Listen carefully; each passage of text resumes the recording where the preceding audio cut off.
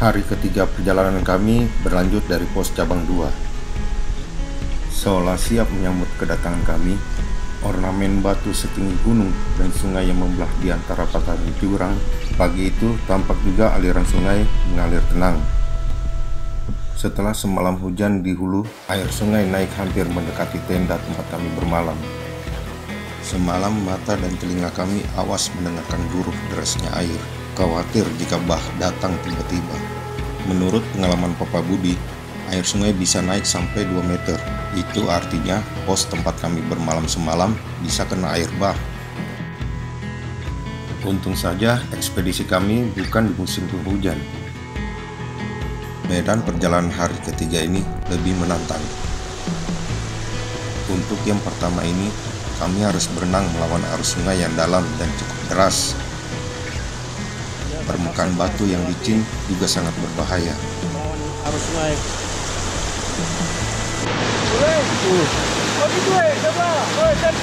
Nyaris ke bawah arus. Panji bergelincir di bawah arus, nyaris saja. Hati-hati Panji.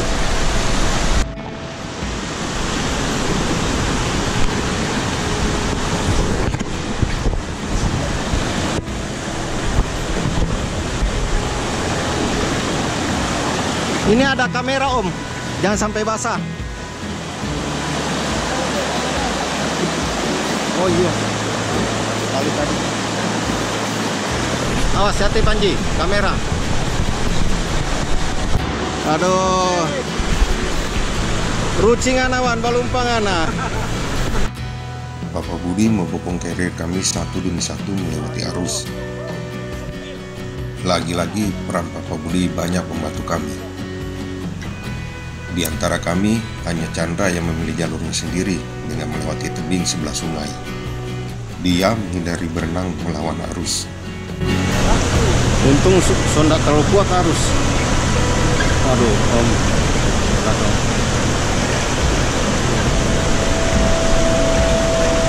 Boleh, Jode. Sedangkan Anji panas banget saya.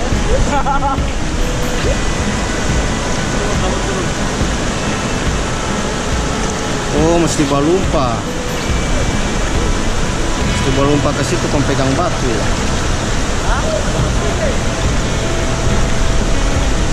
Woi, sama jatuh yang satu. Nah, sudah. Lompat.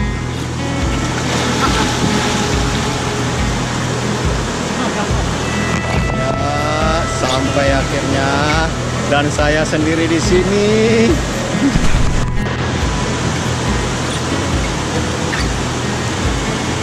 Aduh, menyesal, nggak tahu renang, menyesal.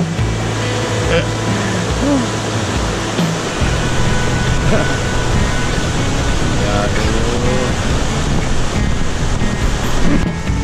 Tahu renang? Tahu. Aduh, bahaya. Tinggal saya. Aduh, kamera saya, aduh. Hati-hati.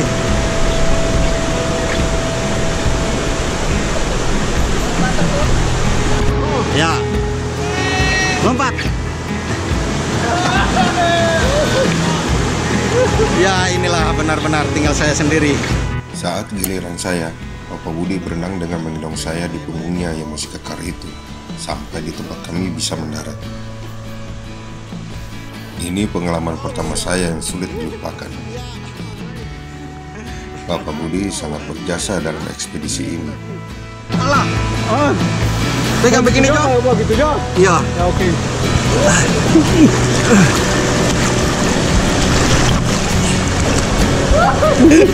Woi, nyanat dikit sampai kaki. Aduh, dulu sekali. Ah, Mas. Sadis. Alhamdulillah.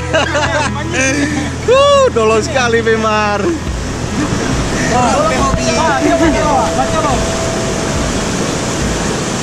Ya nanti ke.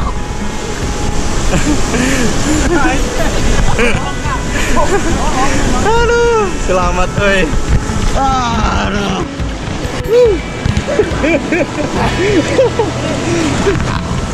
Wih, curamnya ini buat climbing.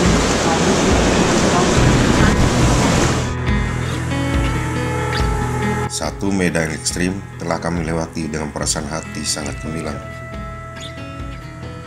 Tapi di depan sana kami tidak tahu apa yang akan dihadapi lagi.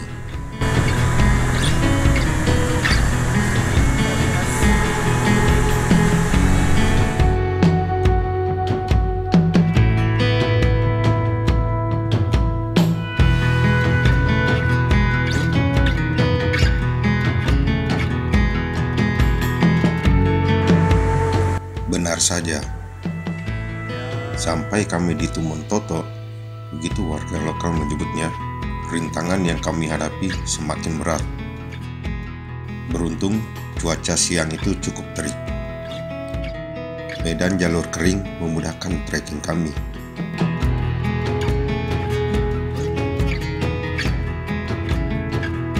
Oh, natin kayak mana Tumon Toto? Yo, Naik di atas itu Karena kalau mau jalan di sini, bampak kaki. kelihatan ini Itu rena mau tembus tuh. Kalau mau ikut ini, kelihatan menendang. bahaya kalau mau ikut sini. Kalau dulu tuh ikut sini, bampak kaki loh, nanti dapat jalan di sini. Tanjakan edan ini hampir membuat kami patah semangat.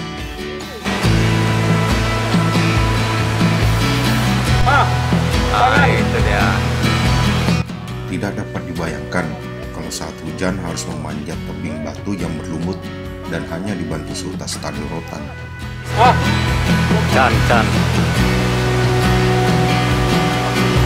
Sepatu, aduh. Iya.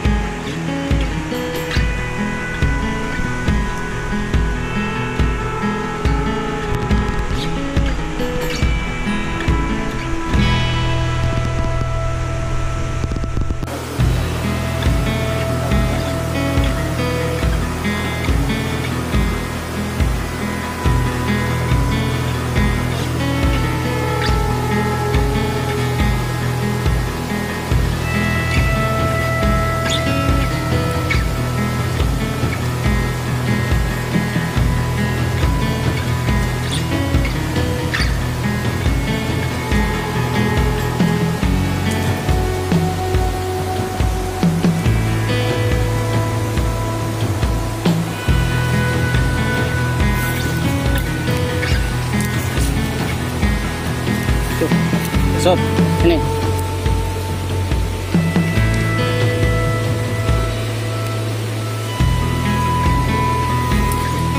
Oh, yeah. Mantap. Jangan.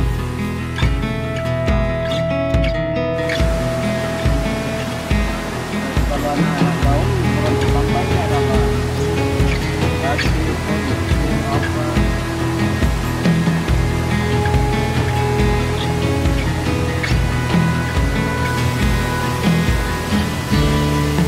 Sudah aman. Saya los ke sana.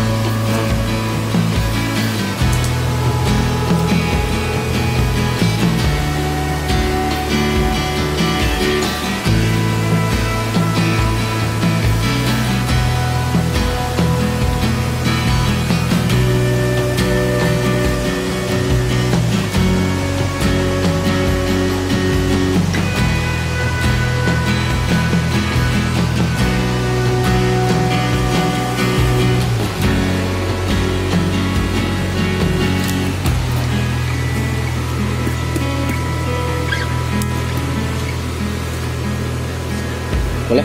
Pas. Aman.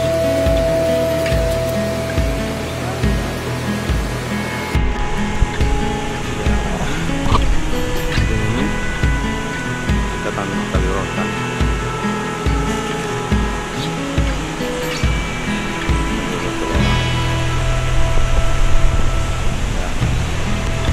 Tidak ada lagi. Beragam rintangan banyak kami hadapi. Laiknya di arena taman hiburan dunia fantasi, Di alam rimba ini banyak wahana memicu adrenalin yang jarang disentuh oleh manusia.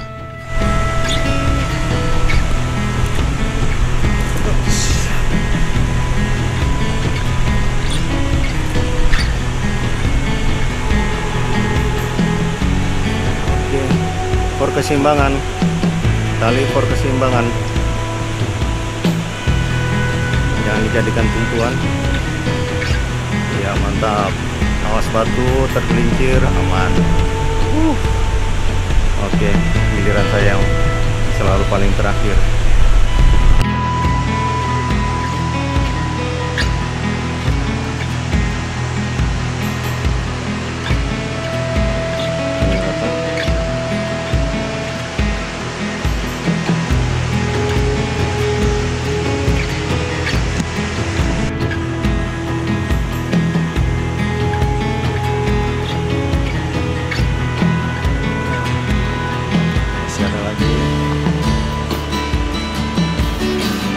Jalurnya sangat curam, satu persatu harus melewati jalur ini.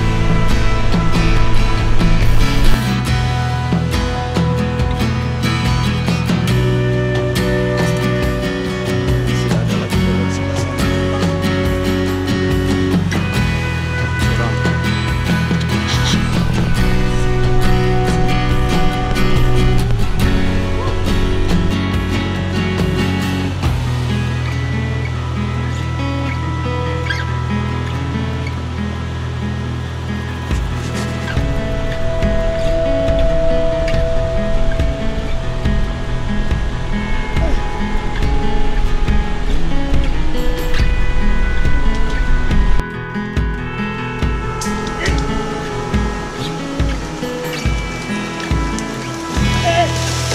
Longsor.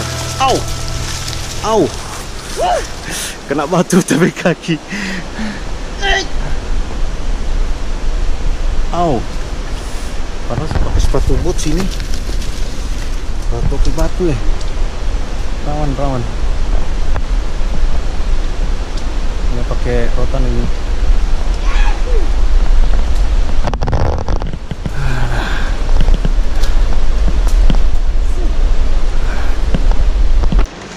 Lihat pijakannya, mantap. Rotan hanya untuk keseimbangan. Ya, lihat pegangan-pegangan di batu. Pijakannya juga rotan untuk keseimbangan. Rotan untuk keseimbangan. Cari pijakan yang bagus.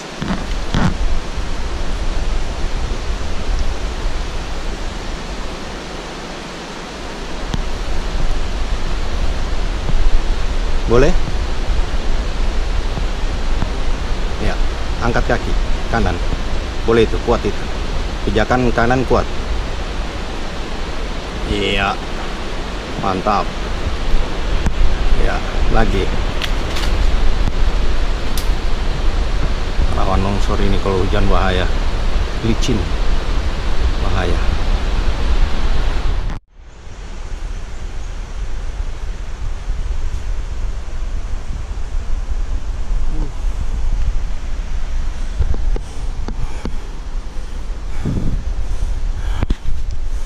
Masih lagi.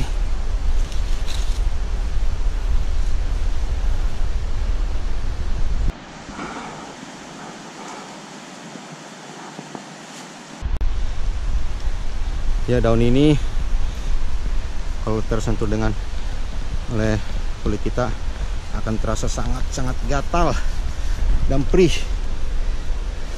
sekali. Saya juga pernah merasakan kemarin.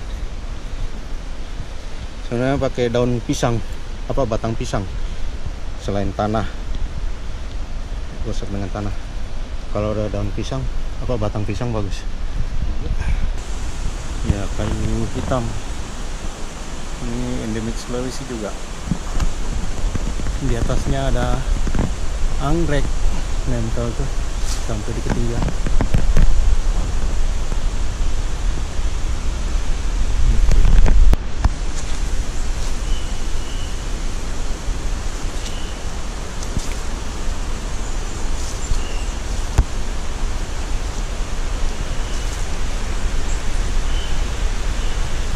mereka di dasar sungai sana, di sungai di sana.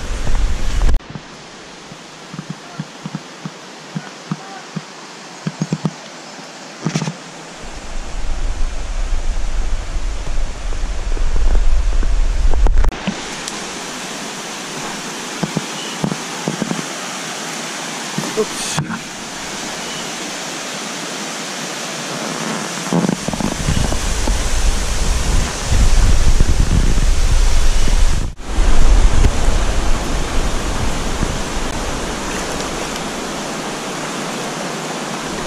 Tunggu. Tunggu. Tunggu. Tunggu.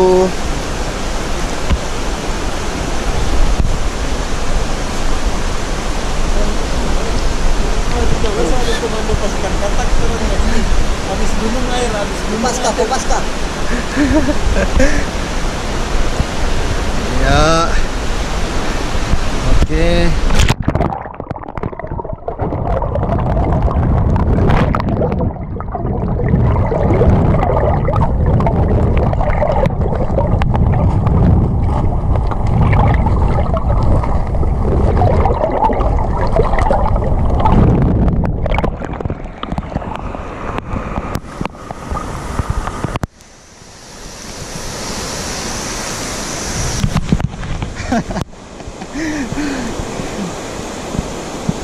Buat tas kamera, jangan basah kamera.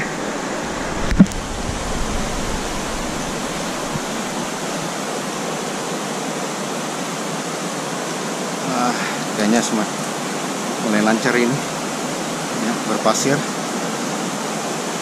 ya, mulai naik, aman, semakin aman sekali, alhamdulillah. Sampai juga.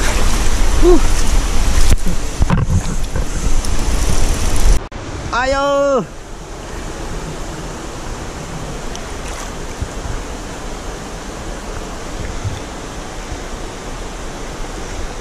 Ayo, kamu bisa.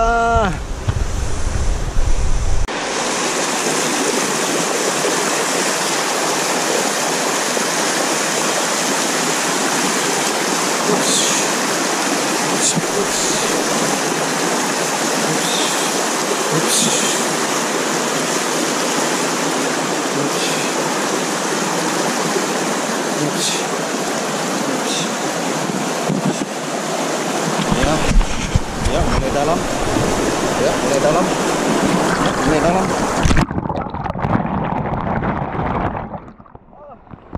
Muncul lagi.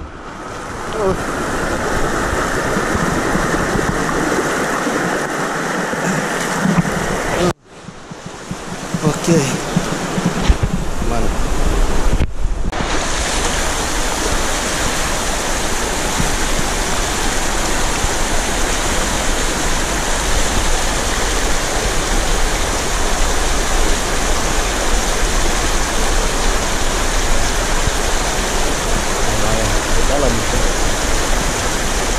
Dalam. Oke. Matahari mulai bergeser dari ubun-ubun kepala. Saatnya kami mengisi lambung agar dapat bekerja dengan baik.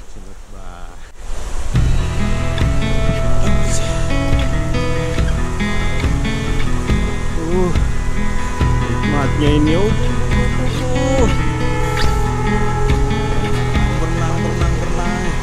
Tempat ini sungguh memanjakan mata dan meluluhkan hati kami setelah banyak rintang yang kami lalui.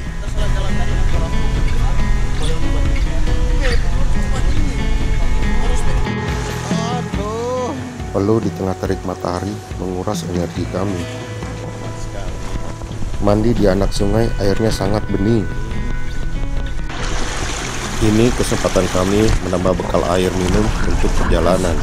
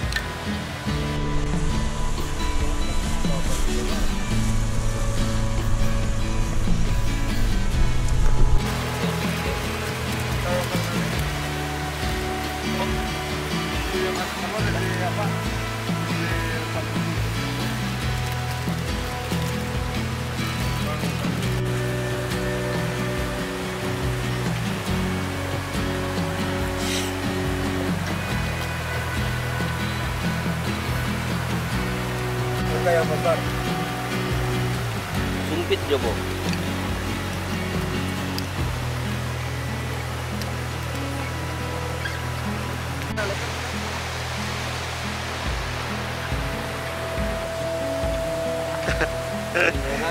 Aduh, bentar lagi.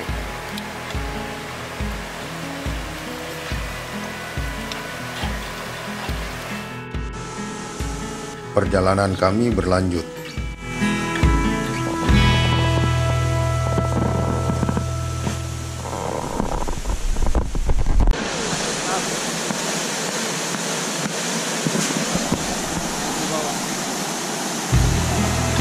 Hah? Sudah.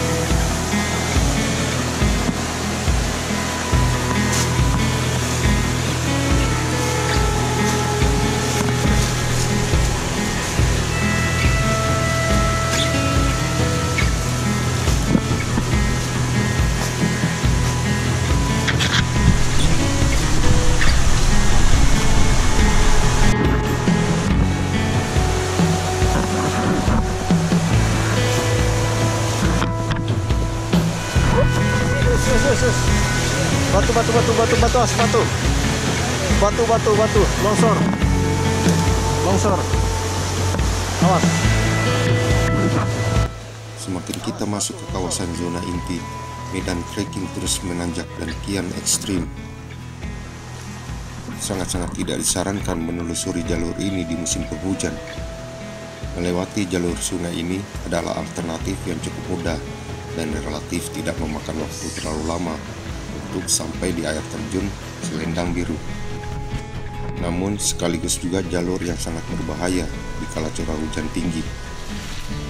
Perjalanan akan menemui kebuntuan karena arus sungai deras dan dalam.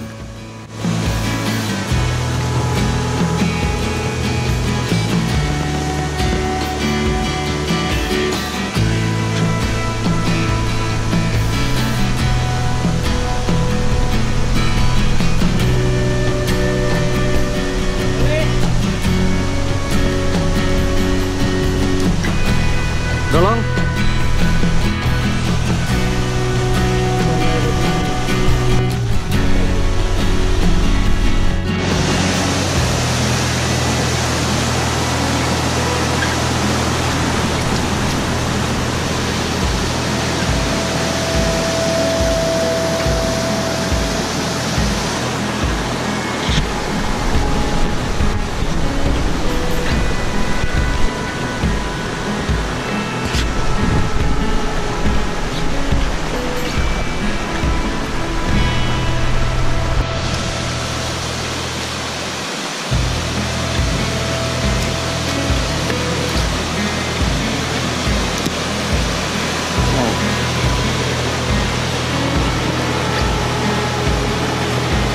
Wow.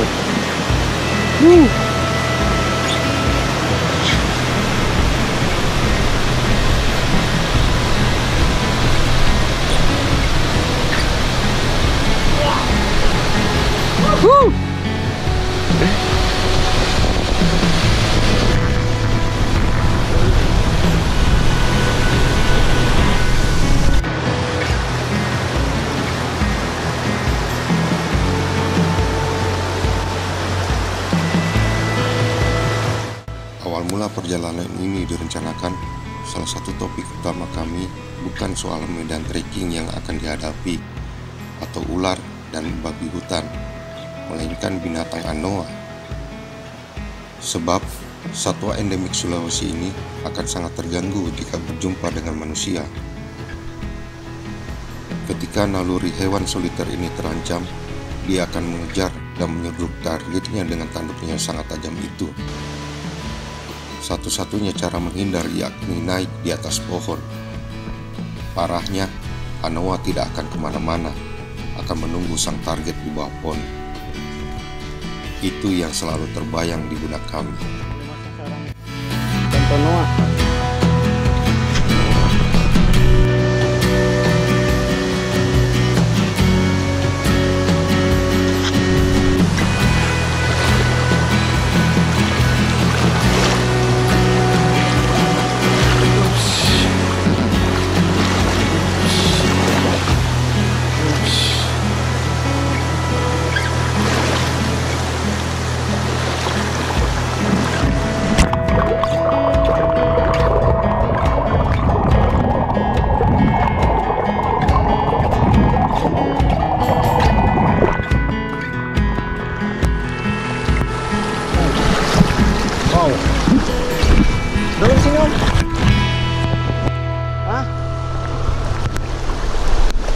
Eits. Hah?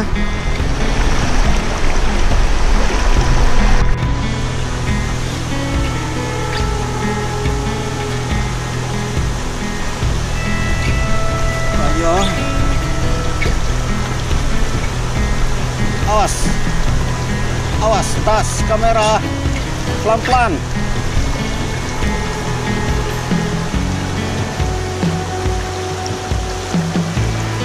Penunjuk itu kayu, baru injang.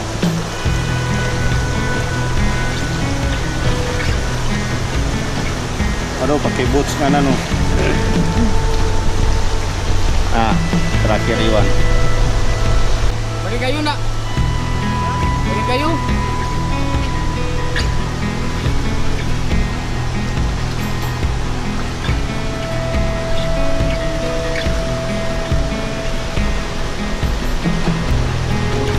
Selamat.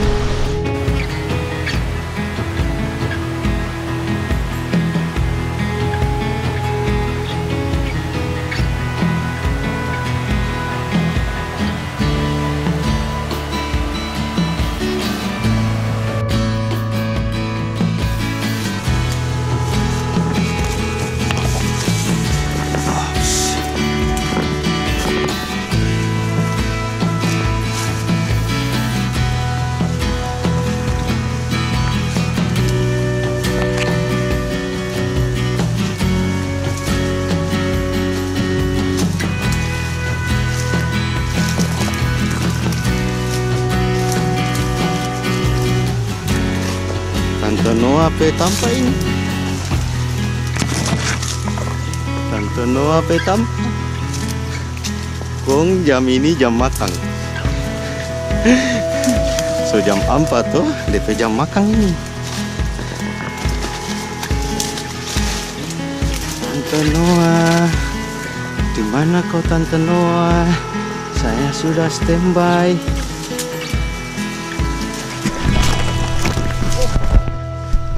Mana?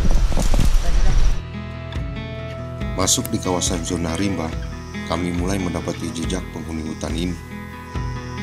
Sebagian besar kami menemukan berupa sekumpulan jejak babi hutan dekat sungai. Namun terasa ganjil, satu ekor saja kami tidak melihatnya. Padahal jejaknya masih terlihat baru. Apakah mereka takut lalu menghindar pergi jauh karena akan diburu oleh manusia?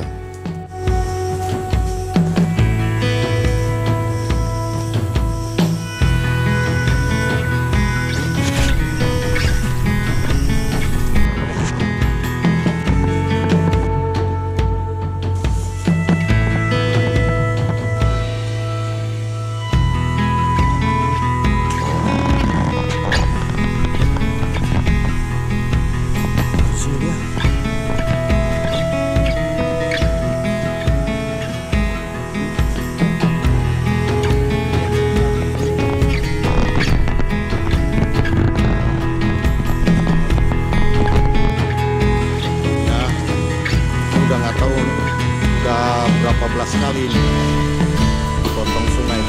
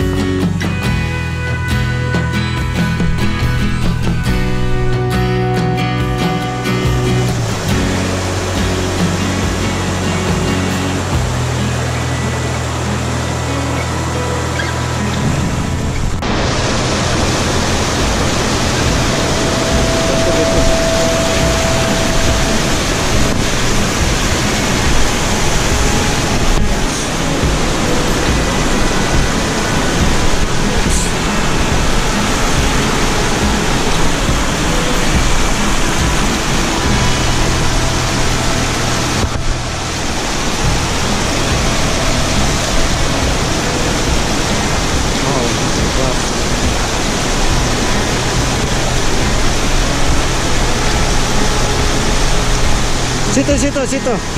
Lihat sana. Boleh? Boleh? Oh, jangan paksa. Kalau nimbrung jangan paksa. Oh. Nah, situ boleh. Ya, mantap.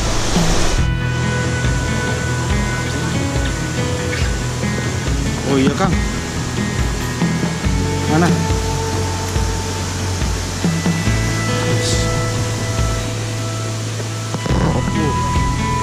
Habis tuh no. Hah? Babi ke tempat mandi nih. Orangnya tuh iya babi kecil. Babi berarti. Air lumpur, ini tulangnya. Enak benar dia.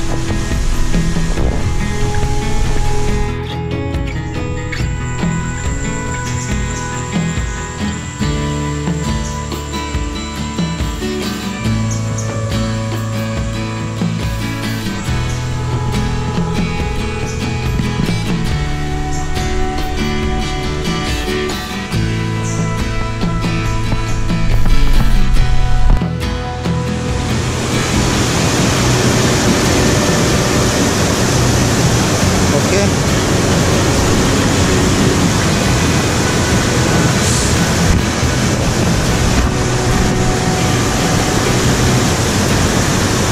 Bro, tahan. Nggak deras air situ? Nggak deras? Sah.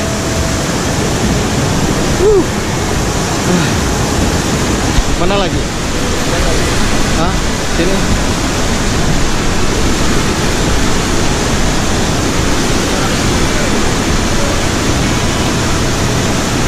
Mana ada orang?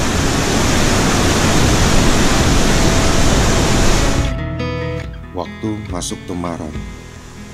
Hari ketiga ini perjalanan terasa sangat panjang dan melelahkan. Hari ini juga sekaligus perjalanan yang paling lama. Papa Budi, Chan, dan Boim mungkin sudah jauh di depan sejak sore kami terpisah.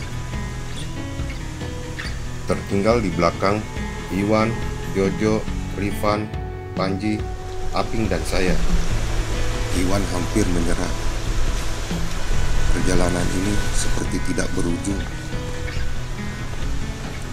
Di tengah hutan dengan pandangan terbatas, kami menembus pekatnya malam, menerobos sungai dan pepohonan yang tumbang. Celana lapangan saya yang sudah termakan usia robek sana-sini.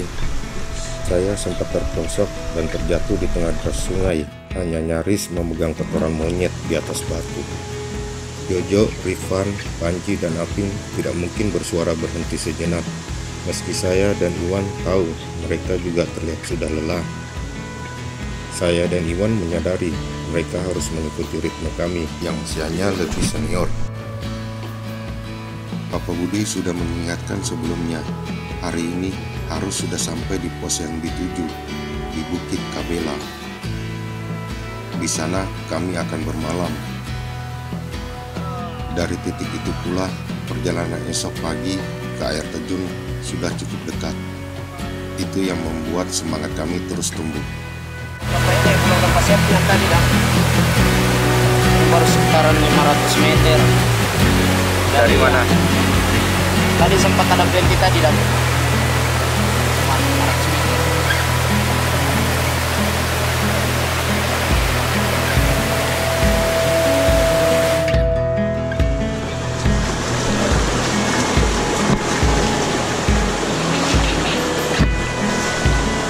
Oops.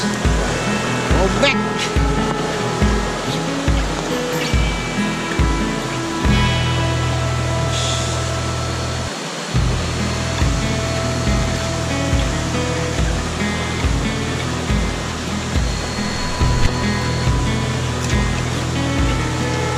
Oops.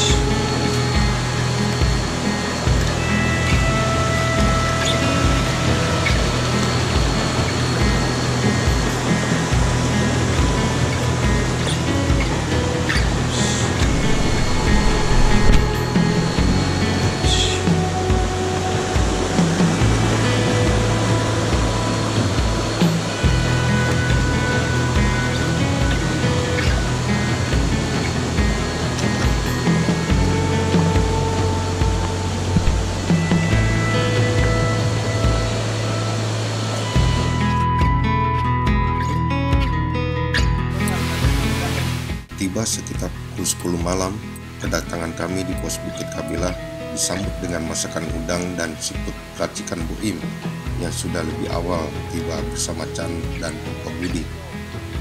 Kebahagiaan kami seperti telah mencapai puncaknya.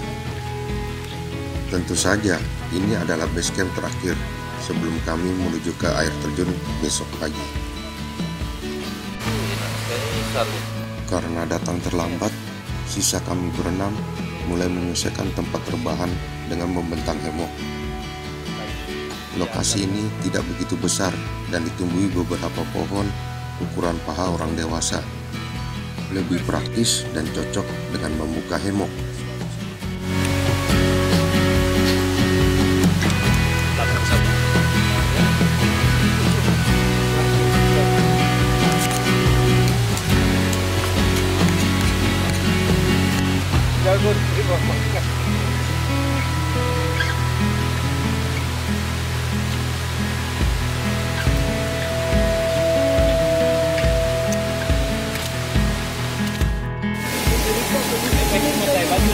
Usai mengisi perut dan ngobrol panjang tentang perjalanan tadi, tidur adalah yang dinanti-nanti. Kami kembali ke hemok masing-masing. Malam Jumat ini, kami beristirahat tepat di Bukit Kabelah. Tanpa disadari oleh sebagian kami, bukit ini menyimpan penuh misteri. Hanya Iwan dan Rifan yang menyadarinya. Ada perjalanan Jojo ada bakuku nanti itu ke Banaya terakhir itu Kong. Itu panara terakhir yo. Memang mau bakuat tali sependek. Tanah licin sekali. Tanah ada tali itu. Maksudnya pegang di panara terakhir tadi, pegang di tali kau buang kiri. Kalau nggak bakure, habis perjalanan nggak buang kanan, jadi kamu ada ke kanan lagi. Di saat lainnya mulai terlelap, tidak jauh dari tempat kami, terdengar suara orang mengucap salam. Suara pria seperti parubaya itu disadari oleh Iwan yang mulai terpejam di balik hemoknya. Tidak lama kemudian, dari luar kain parasut hemoknya, ada yang menyentuh pergelangan kaki kanannya. Iwan terbangun dan melihat sekitar, tapi tidak ada seorang pun, selain hemok yang membungkus manusia. Iwan mencoba kembali memanjangkan matanya di balik hemok. Suara aneh kembali mengganggu, tapi kali ini berbeda.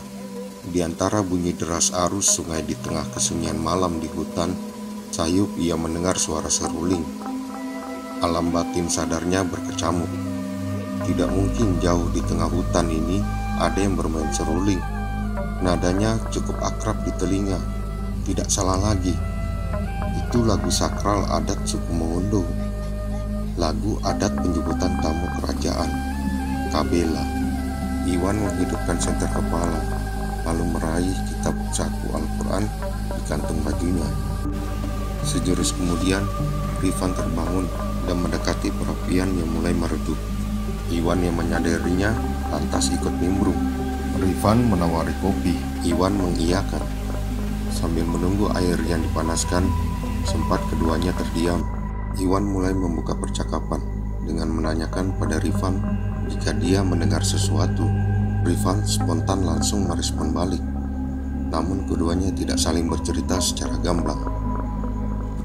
Seperti terkoneksi hanya dengan bertatapan, keduanya kompak menyimpan perasaannya dan hal gaib yang mereka alami disimpan baik-baik.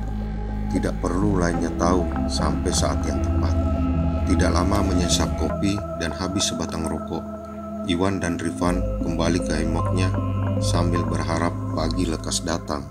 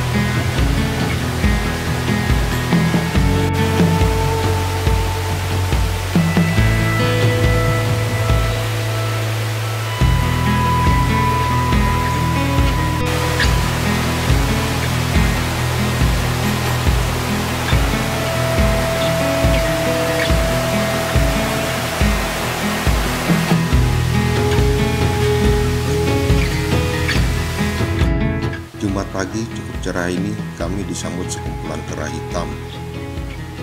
Mungkin karena sangat jarang melihat makhluk yang berdiri dengan dua kaki, satwa endemik yang hanya ditemukan di bentang alam Bogani Nani Wartabone ini tidak berani mendekat atau mengganggu kami. Sepertinya naluri liar mereka mengatakan bahwa mereka tidak bisa masuk di teritori kami. Perjalanan menyusuri hutan rimba masuk di hari keempat. Namun di hari ini kami tidak memikul banyak barang bawaan. Cukup peralatan panjat dan beberapa bekal untuk makan siang. Menurut Bapak Budi, air terjun sudah dekat. Dekat bagi Bapak Budi belum tentu sama dengan kami. Tapi sepertinya itu tidak masalah bagi kami, karena tujuan tinggal selangkah lagi.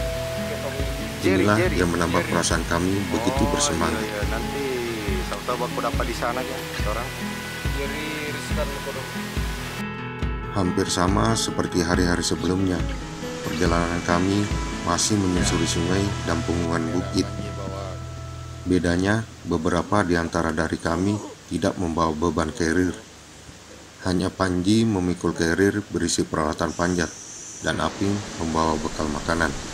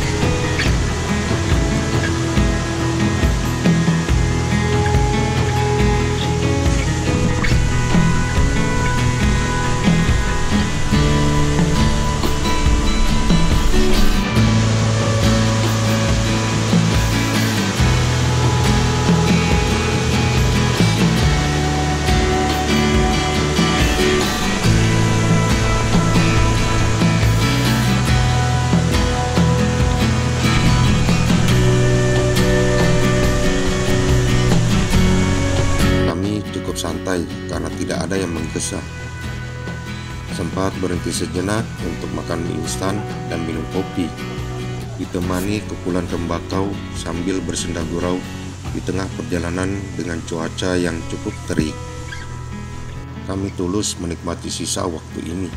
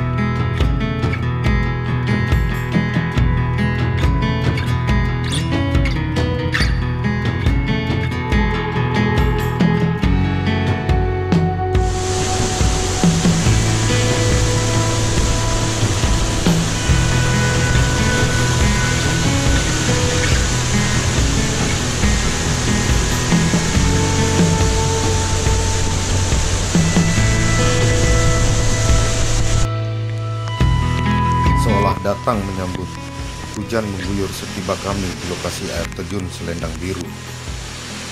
Ini menambah sukacita kami setelah berhari-hari kami bergelut dengan puluhan bintang. Patahan tebing tinggi berlumut dan hitam menambah suasana eksotis sekitar air terjun paling dasar ini. Ya, ini adalah salah satu dari beberapa rangkaian air terjun Selendang Biru. Air terjun tertinggi di Bulak Mongondo Raya.